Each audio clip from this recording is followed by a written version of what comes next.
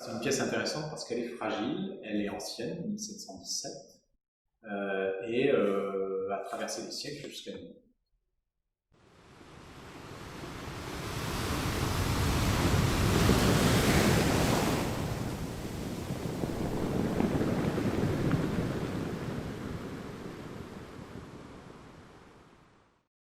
Il faut savoir que la faïence de Nevers, c'est une fille finalement de la majolique, la faïence italienne.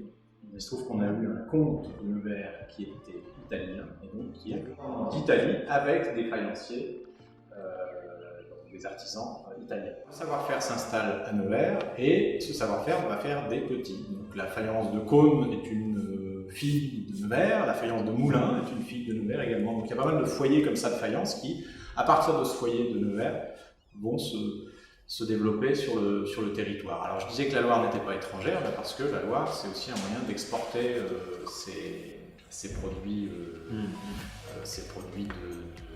d'artisanat. On sait évidemment que cette faïence elle s'est diffusée grâce en majorité au fleuve. On comprend assez aisément que transporter des faïences de Nevers sur un bateau, c'est évidemment moins risqué que de le faire par la route. On imagine que la proximité de la Loire effectivement, a favorisé ce développement de la faïence à Nevers et ailleurs.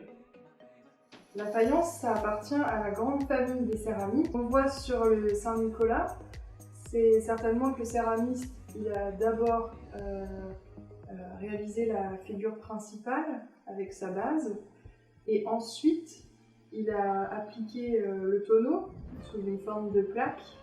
Il a modelé les petits enfants à part et il les a rapportés sur le tonneau, puisqu'on voit bien les boulettes et les traces de doigts à ce niveau-là. Les trous qu'on voit au revers, ça s'appelle des trous d'évent. C'est pour que pendant la cuisson, l'air qui est chaud, qui se dilate et qui prend plus de place, il puisse s'évacuer, qu'il y ait une circulation de l'air pour éviter les tensions, voire l'explosion des pièces. La première étape pour faire la faïence, ça va être la mise en forme de l'argile.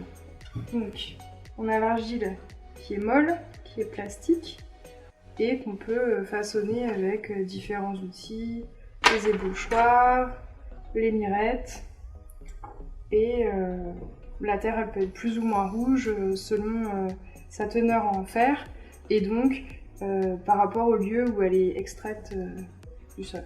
Tant qu'elle n'est pas cuite, voilà, elle est cassante, et si je lui mets de l'eau,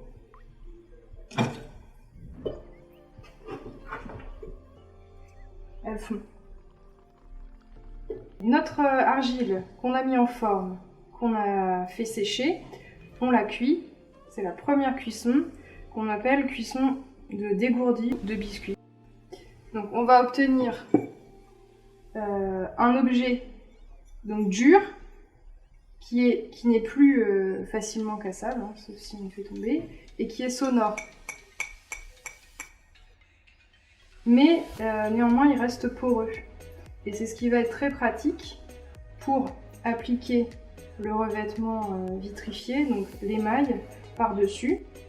Dans le cas de la faïence de Nevers, c'est un émail blanc à base de silice, de plomb et d'étain qui va donner la couleur blanche et qui va opacifier cette glaçure. Donc l'émail, c'est donc notre mélange de poudre auquel on a ajouté de l'eau pour avoir une certaine consistance. Dans cet émail, je vais pouvoir plonger mon tesson qui a été cuit une première fois.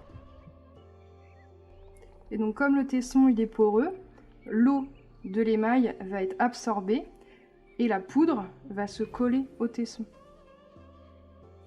Pour la technique du Saint-Nicolas, donc c'est la technique de la faïence tanifère avec le décor de grand feu, sur cet émail qui est cru, on va pouvoir appliquer les décors.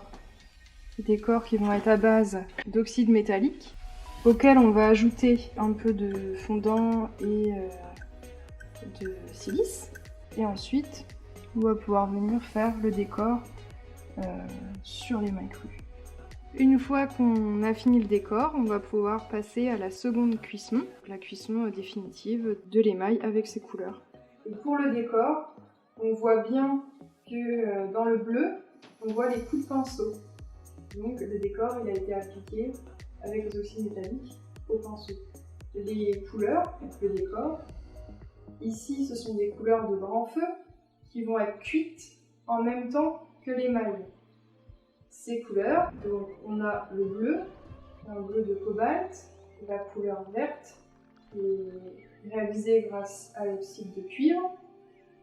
Ensuite, le jaune grâce à l'antimoine, le violet brun grâce au manganèse, et normalement il peut y avoir du rouge grâce au fer, mais ici on a plutôt du orange qui serait un mélange entre l'antimoine et le fer.